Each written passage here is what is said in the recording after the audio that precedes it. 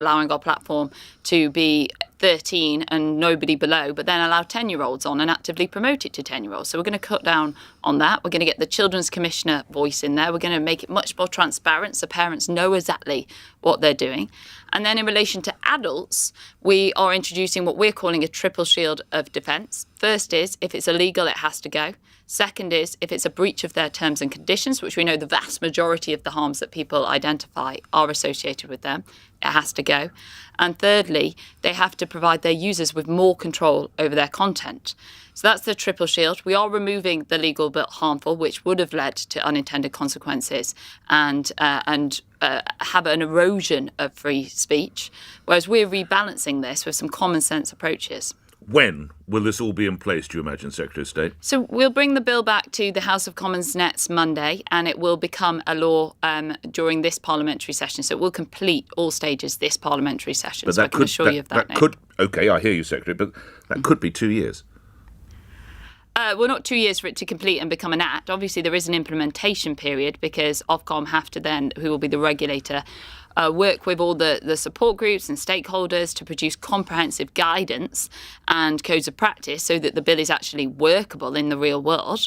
We want to get this right, don't we? Yes, we don't indeed. want this to end up being a bill that is implemented incorrectly. But I agree with you. We've got to work at maximum speed. I've been Secretary of State for a couple of months now. I've managed to get this bill back to Parliament. I've managed to get this bill back in a stronger fashion, in a better fashion, and something that will fundamentally and crucially protect children. You say if the companies don't do this, they're going to face very serious ramifications, including fines of up to 10%. Well, if you look at the sort of money that Meta makes, that's tens of millions of pounds. How many? Billions. Tens of billions, I said, tens of billions of pounds. What level of crime would they have to commit to get that kind of fine? How many times would they have to transgress the code? Well, this would obviously be done on a case-by-case basis by the regulator, but it would depend on what they've done. You know, the punishment has to fit the crime. You know, if they grossly try to avoid the legislation, if they don't implement these changes, if they weren't protecting children, if they're allowing children to see illegal content, if they're allowing children to see harmful content, then I would fully anticipate that they would be expecting to see the maximum of these fines, and they know too well that is what is coming downstream, and they have equally been preparing for this as well. So just one offence would be enough? It would depend on the magnitude of the offence. If they had not put in place any systems or processes to protect children, or they hadn't adhered to the triple shield, then yes. If it is the case that they had put in the processes and something slipped through, then I'm sure there would be work to be done with the regulator, and they would make a bespoke decision. So I can't comment on individual rulings that are hypothetical and haven't happened, but you can see that this is going to really have teeth. This is not the case that they'll just slap these social media companies on the wrist. For too long, they've been prioritising profits over people, and they've been ignoring the fundamental risk to children. And just lastly on this, have you spoken with Sir Nick Clegg? I remind my listeners, of course, he's President of Global Affairs for Meta. He is indeed. I haven't spoken to him about the most recent changes to the bill. I have spoke to him a couple of months ago, but I've spoke to other members of the team at Meta and all social media platforms, as has the other ministers in my department. All right. While I have the benefit on the line, can we look at some other matters that are on your brief? And to China, who are now claiming the BBC is, and I use their words, playing the victim after one of its journalists was detained and allegedly beaten in the Shanghai protest. Do you agree with that? What would your comments be on that, Secretary of State? Well, I've seen the footage and it's absolutely shocking. We believe, and I'm sure you believe, in press freedom and the ability for the media to be able to report all over the globe and communicate what is actually happening on the ground. And that, I believe, is what this individual was trying to do. They were just trying to do their job. And it's quite shocking that they were treated in such an appalling fashion. I wait the full details of that from the Chinese government. I know that they've given a version of the truth, which I'm sure we would all agree is very highly sceptical. But the Foreign Office are dealing with this, and they're in close contact with the journalist in question. Should we see China as friend or foe? Well, the Prime Minister did a detailed speech about this last night where he pointed out the fact that we can't ignore the fact or bury our heads in the sand that China is a massive global player. It is very important on the world stage and we need to work with it and with the key players in that country. But at the same time, yes, it produces strategic challenges, very worrying and concerning ones, and we can't shy away from that. And that's why we'll be updating the integrated review in the spring. One of your close colleagues, Stuart Andrew, was attending the England v Wales game later. He's wearing a One Love armband. Do you support him in that? I do. He's a minister within my department. He has my full support to do that. I believe that we should be standing up for our values, not just when we're in the UK, but also when we're around the globe. And I share the sentiments and the message around that One Love armband. I also backed our England team and our Welsh team to wear the armband as well, but I understand they couldn't because of the strong sanctions that would have been in place. So, yeah, he has my full support. And do you support the fact they didn't go ahead and wear them during the games? I think that was a really difficult decision, and I know it was one that was led by the FA. I think they were put in an impossible decision there because they didn't want to face those sanctions. They're there wanting to compete, wanting to win. We all want them to win.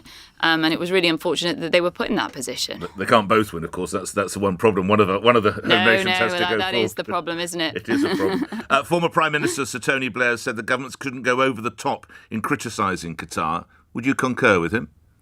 I don't think we have been going over the top at all, but I think it's right that we stand up for our values and that we don't deny who we are as a country and try and influence others in to spread the word of our democracy and our modern way of life, and that we call out abuse where we see it all over the world. And it's no secret that Qatar does have a very bleak record on human rights. It does have a shocking record when it comes to their approach to equality. So it's right that we call that out, that we talk to them about that, which is certainly what Stuart Andrew is doing, and I know that the Foreign Secretary did when he was out there as well. Last couple of points. Ahead of tonight's game, there is a warning. Fans' banter must not stray beyond a joke in the workplace. While it's fun to have a laugh at each other, we have to be careful we don't break laws. That's a bit po-faced and nannyish, isn't it, do you think? I think we should always try to ensure that we don't break laws, eh? But a little joke about the Welsh or a little joke about the English or whatever it might be, that's surely OK in the workplace, isn't it?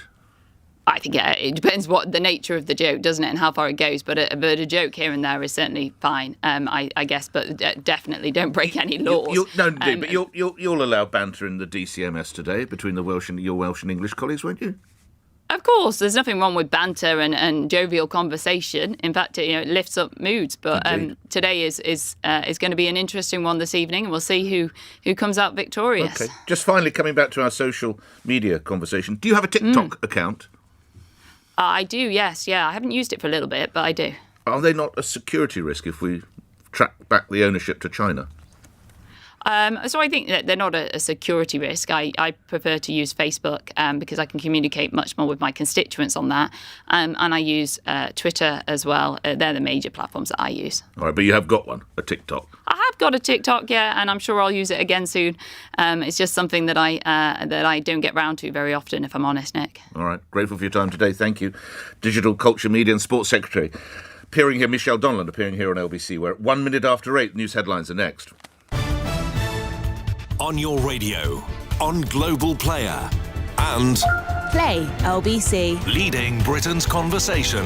This is LBC.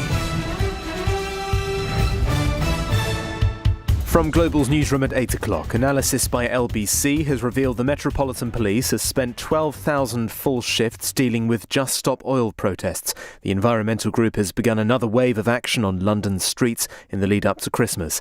The Met's Assistant Commissioner, Matt Twist, says a huge amount of police time has been dedicated to clearing roads and patrolling motorways during the disruption this year. Every one of those shifts is a shift that could have been better spent dealing with crime in local communities and supporting local communities, investigating crime or responding to incidents. The problem is that we have to have a well-resourced plan because the public rightly expect us to deal with things quickly, and also we can't allow criminal offences to be committed, either public nuisance or highway obstruction, which is causing serious disruption and misery. Separately, the Met has become the first force in the UK to open an anonymous hotline to report corrupt or abusive officers. The force has been heavily criticised over its disciplinary procedures, which have led to hundreds of corrupt officers still serving. The hotline will be run by Crime Stoppers. Rishi Sunak has promised what he calls an evolutionary leap in foreign policy, including a change in approach to China. In a speech at London's Guildhall last night, the Prime Minister said the golden era of UK-Chinese relations is over. He accused the country of becoming increasingly authoritarian in its dealing with anti-lockdown protesters. A man has died after he was stabbed close to Regent's Park in London. Another man is in hospital after the attack on a nearby street yesterday afternoon. No arrests have been made.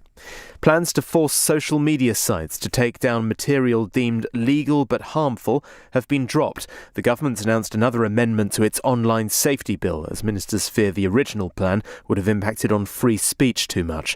Culture Secretary Michelle Donelan has told Nick other changes will improve online safety for children. One of the ways is making sure that they stick to their age restrictions. So they can't say we're allowing our platform to be 13 and nobody below, but then allow 10-year-olds on and actively promote it to 10-year-olds. So we're going to cut down on that. We're going to get the Children's Commissioner voice in there. We're going to make it much more transparent so parents know exactly what they're doing. England and Wales face each other at a World Cup for the first time this evening. It's a crucial game, with England needing just a point to guarantee their progress to the knockout stages. Wales must win to keep their hopes alive. In the city, the FTSE 100 is reopening at 74.74 after closing down 12 points. Yesterday, the pound buys $1.20 and €1.16. LBC weather, a few sunny spells, but many areas staying cloudy with some fog. The best of the sunshine expected across the far north and the southwest, and a high of 12 degrees. From Global's newsroom for LBC, I'm Simon Conway.